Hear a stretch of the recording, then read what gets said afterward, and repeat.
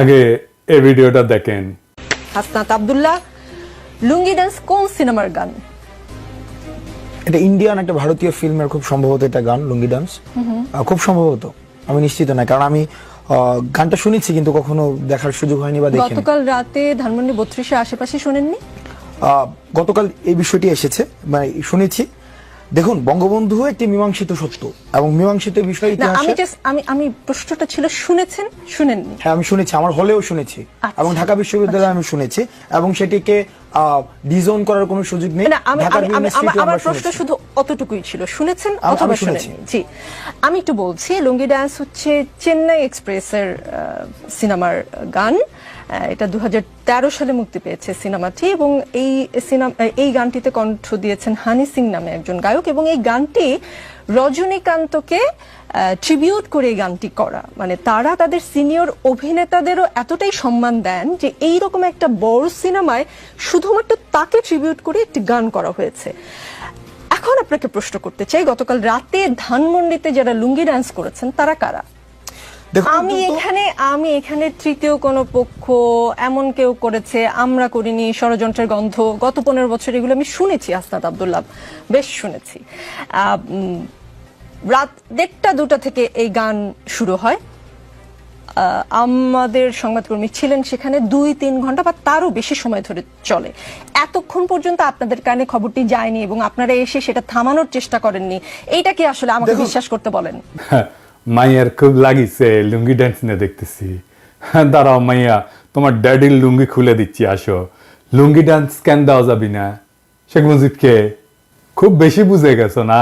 হ্যাঁ, এই যে বুঝে রাখেন, বুঝছেন, এই যে আওয়ামী লীগ কলে ফিরে আসবে এই যে সংখ্যালঘুর ঘাট ধরে আর নারীর ঘাট ধরে, বুঝছাও তো? এইগুলারে আগে সাইজ করে রাখতে হবে।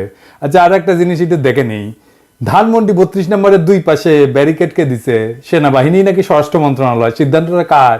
মানে আমার জানা দরকার আর কি, কুরকুরানিটা কার? সুপুর নাকি উপদেষ্টার? 32 নম্বরকে প্রোটেকশন দেওয়া যাবে না, সোজা হিসাব। 32 নম্বরের সাথে আমাদের সকল বোঝাপড়া শেষ হয় নাই। যে ব্যারিকেড বসাইছেন সেটা সরান। ভালো করে কইতেছি, ব্যারিকেড না সরাইলে কিন্তু মহাবিপদে পড়বেন। লাঠিগুলি টিয়ার গ্যাস দিয়ে বিপদ ঠেকাইতে পারবেন না। কি বিপদে পড়বেন ভিডিওর শেষে কমুনি। ধানমন্ডি 32 নম্বরের সাথে আমাদের হিসাব আছে। ওই বিল্ডিং এর প্রত্যেকটা ইট জনগণ খুলে নেবে, তারপরে ওই বিল্ডিং এর মুক্তি। জনগণের সাথে ফয়সালা শেষ। অনেকে কইতেছেন মুজিবের কি কোনোই ভূমিকা নাই? থাকবে না কেন? হাসিনার মতো একটা রাক্ষসী জন্ম দিছে। মানুষের ঔরসে রাক্ষসী জন্মানোর তো কোনো উদাহরণ নাই আগে, তাই না? আর মুজিব কি করেছে? স্বাধীনতার নেতা ছিল। আজ এনে বিষয়টা দেখি। তো মুজিবের যদি স্বাধীনতার জন্য অবদান থাকে, তো জিন্নাহ সাহেবেরও আছে না? আছে তো।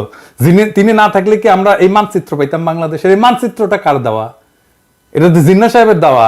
তো জিন্নাহ সাহেবকে আমরা এখন সালাম ঠুকি নাকি? হ্যাঁ, কি মানবেন? আজ আর একটা উদাহরণ দিই ইতিহাস থেকে।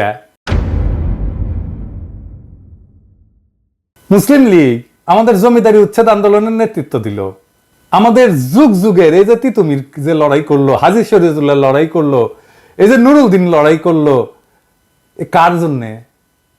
জমিদারি উচ্ছেদের জন্য। তো এই জমিদারি উচ্ছেদ আন্দোলনের নেতৃত্ব দিল কে? মুসলিম লীগ। তো জমিদারি প্রথা উচ্ছেদ করলো কে? আমাদের প্রথম রাষ্ট্র পাকিস্তান উপহার দিল কে? মুসলিম লীগ। তো আমাদের পূর্ববঙ্গের সব রাজনৈতিক নেতৃত্ব করতো মুসলিম লীগ। মৌলানা ভাসানী বলেন, শেখ মুজিব বলেন, শেরে বাংলা বলেন, সবাই কে না? এই মুসলিম লীগ তারপরে ক্ষমতায় যায় জনগণের বিরুদ্ধে দাঁড়ায় মুসলিম লীগ নিশ্চিহ্ন হয়ে যায় নাই? আমরা কি এখন মুসলিম লীগের নামে জয়ধ্বনি দেই, জয়গান করি? মুসলিম লীগের নামে করি না। এত গৌরবজনক অর্জন থাকা সত্ত্বেও তো কেন করি না? তাইলে ওটার জবাব দেন আগে। আচ্ছা, আর একটা এক্সাম্পল দেই ইতিহাস থেকে।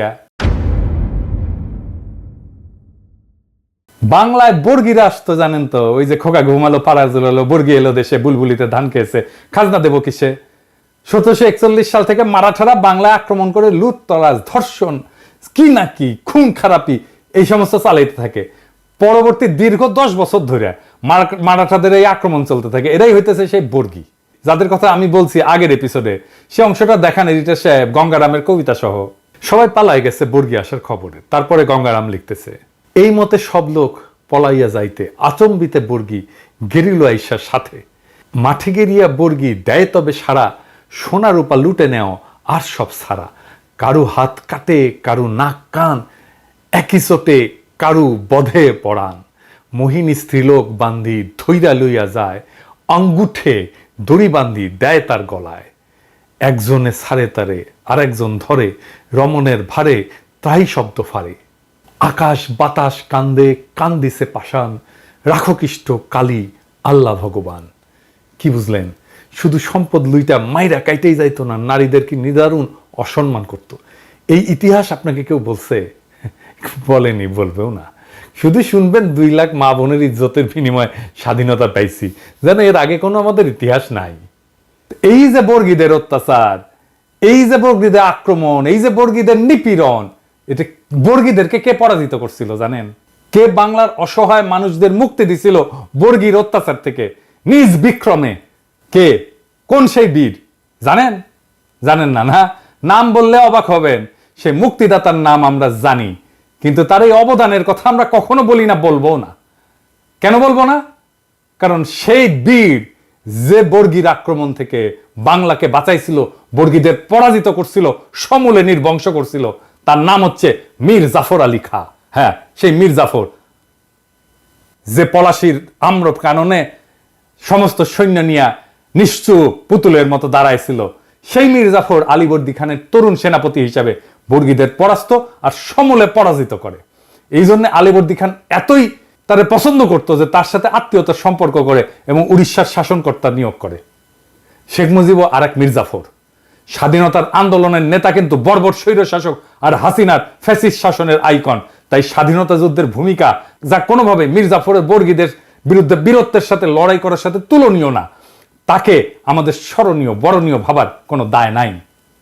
মীর জাফরের বিশ্বাসঘাতকতা তার মুক্তিদাতার ভূমিকাকে যেভাবে নিশ্চিহ্ন করে দিচ্ছে, ঠিক একইভাবে স্বাধীনতা যুদ্ধে মুজিবের ভূমিকাকে আমরা কোনোভাবেই সেলিব্রেট করতে পারি না। তার স্বৈর শাসন এবং তার ফ্যাসিবাদের আইকন হওয়া তার মুক্তিযুদ্ধের স্বাধীনতার ভূমিকাকে নিশ্চিহ্ন করে দিচ্ছে। যদি মুজিবকে সেলিব্রেট করতে হয়, তাহলে বর্গীদের বিরুদ্ধে মীর জাফরের বিরুদ্ধকে আগে সেলিব্রেট করতে হবে। তাই 32 নম্বরের প্রত্যেকটা ইট আমরা খুলে নেব, ওই বাড়ির ডিনামাইট মাইরা ধুলা মিশাই দেব। ওইটা ফ্যাসিবাদের আইকন। ওই ব্যারিকেড রাখছে না, ওই ব্যারিকেডের উপরে মুদবেন লাইন ধরে স্যাট স্যাট করে, আর প্লাস্টিকের প্যাকেটে করে কাঁচা গু নিয়ে যায় ওর মধ্যে ছুঁড়ে মারবেন। মানুষের গু হোক, কুকুরের গু হোক, বিড়ালের গু হোক, যাই হোক, ভিতরে ছুঁড়ে মারবেন। যতদিন ওই ব্যারিকেড রাখবে ততদিন ছুড়বেন, ততদিন মুদবেন ওইটার উপরে। কোনোভাবে ওই বাড়িকে টিকতে দিবেন না। মনে রাখবেন, ওই বাড়িতে যদি সংস্কার কাজে কেউ হাত দেয়, সেই এই প্যাসিবাদের পুনরুত্থানের জন্য কাজ করতেছে। সেনা পাহারা জয় রাখছেন, সরায় ফেলেন। জনগণের অসমাপ্ত কাজ সমাপ্ত করতে দেন। 15ই আগস্ট গণতন্ত্র মুক্তি দিবস, বাংলাদেশের মানুষ উৎসব করবে, আমরা উৎসব করব। তুই বলার কে রে? হ্যাঁ, লুঙ্গি ড্যান্স না কি করছে? 100 বার করবো লুঙ্গি ড্যান্স। মুজিব বন্দনা বাংলাদেশে করা যাবে না। এই যে যারা কয় যে করলে ইতিহাসের বিরুদ্ধে হবে, ওদের বলবেন মীর জাফর আলী খাঁকে তাইলে আমাদের আগে সম্মান দিতে হবে। ওইটা ইতিহাস না? বর্গীর আক্রমণ ইতিহাস না? খালি পাকিস্তানের শোষণই ইতিহাস? পাকিস্তানের শোষণ তো বর্গীর আক্রমণের তুলনায় কিছুই ছিল না। মুজিবের আগে মীর জাফরের হিস্সা আছে বাংলার ইতিহাসে, তাহলে ওইটা নিশ্চিত করেন। তো মাইয়া সাবধান হইয়া যাও। এরপরে যদি বাড়াবাড়ি করো না, আজকে কিছু কইলাম না, আজকে খালি ওয়ার্নিং দিয়ে গেলাম, এরপরে যদি কিছু করো না, তোমরা গেলো ধর্ম এমকে করে ধর্ম টের পাবা। এবার আসেন একজন শহীদের আলাপ করি। 20 জুলাই ঢাকার সাভার বাসস্ট্যান্ডে গুলিতে নিহত হয় ক্ষুদ্র ব্যবসায়ী কুরমান শেখ। কুরমান শেখ ছিল শারীরিক প্রতিবন্ধী। সে প্রতিবন্ধী ভাতাও পেত। কালুখালীর রতনদিয়া রেল লাইনের পাশে জরাজীর্ণ টিনের ঘর ছাড়া তার কোনো সম্পদ নাই। 1.5 দশক ধরে ঢাকার সাভার বাসস্ট্যান্ডে একটা ছোট্ট ঘরে দৈনিক ভাড়া ভিত্তিতে মুরগির ব্যবসা করতেন। সাভার মাছবাজারের পেছনে ভাড়া বাসায় স্ত্রী শিল্পী খাতুন, ছেলে রমজান শেখ এবং মেয়ে মিতু আক্তারকে নিয়ে বাস করতেন তিনি। দরিদ্র ছিলেন, কিন্তু সুখের সংসার ছিল। ছেলে রমজান শেখ জগন্নাথ বিশ্ববিদ্যালয়ের লোক প্রশাসন বিভাগের 4র্থ বর্ষে, মেয়ে মিতু আক্তার ইউরোপিয়ান ইউনিভার্সিটিতে BBA 1ম বর্ষে পড়াশোনা করতেন। সংঘর্ষের দিন সাভার এলাকায় অনেকের দেখাদেখি কুরমান শেখ দোকান খুলেছিলেন। কুরমান শেখের ছেলে রমজান বলেন, দুপুরে সংঘর্ষ শুরু হলে আব্বু দোকান বন্ধ করে পেছনের মাছবাজার এলাকায় বরফ কলের ভেতর আশ্রয় নেন। এ সময় অনেকেই সেখানে আশ্রয় নেন। আমার এক চাচাও ছিলেন। পুলিশ হঠাৎ বাজারে ঢুকে বরফ কলের কাছে এসে গুলি করতে শুরু করে। নিহত কুরমান শেখের স্ত্রী শিল্পী খাতুন বলেন, সে প্রতিবন্ধী ভাতাও পেত, সোজা হয়ে দাঁড়াতে পারত না, ঠিকমতো হাঁটতেও পারত না। ছেলেকে বিসিএস ক্যাডার এবং মেয়েকে ব্যাংকার বানাবে বলে অনেক কষ্ট করত। সে কোনো দল করত না। আমার স্বামী হাত জোর করে পুলিশের কাছে বলেছিল, স্যার আমি অসুস্থ, ব্যবসা করে খাই, আমারে গুলি কইরেন না। এরপর গুলি করে হত্যা করে পুলিশ কুরমান শেখকে নির্বিকারভাবে। হাসিনার পুলিশ এভাবেই হয়ে উঠেছিল ট্রিগার হ্যাপি, ইনডেমনিটি পাওয়া উর্দি পরা খুনি, যাদের খুন, দুর্নীতি, নির্যাতন, নিপীড়ন করলে কোনো শাস্তি পাওয়ার কোনো ভয় ছিল না। এই বিপ্লবের প্রথম প্রহরেই সেই পুলিশ নিদারুণভাবে কাপুরুষের মতো পরাস্ত হয়েছে সারা দেশে। এদের পান্ডারা হয়েছে পলাতক। কিন্তু এই ইতিহাস আমরা লিখে যাব, বলে যাব যুগ যুগ ধরে, যেন মানুষ এই অমানুষগুলোকে চিনে রাখে, যেন মানুষ এই হাসিনার দুঃশাসনকে চিনে রাখে, যেন মানুষ হাসিনার এই রক্ত পিপাসাকে মনে রাখে। ইনকিলাব জিন্দাবাদ।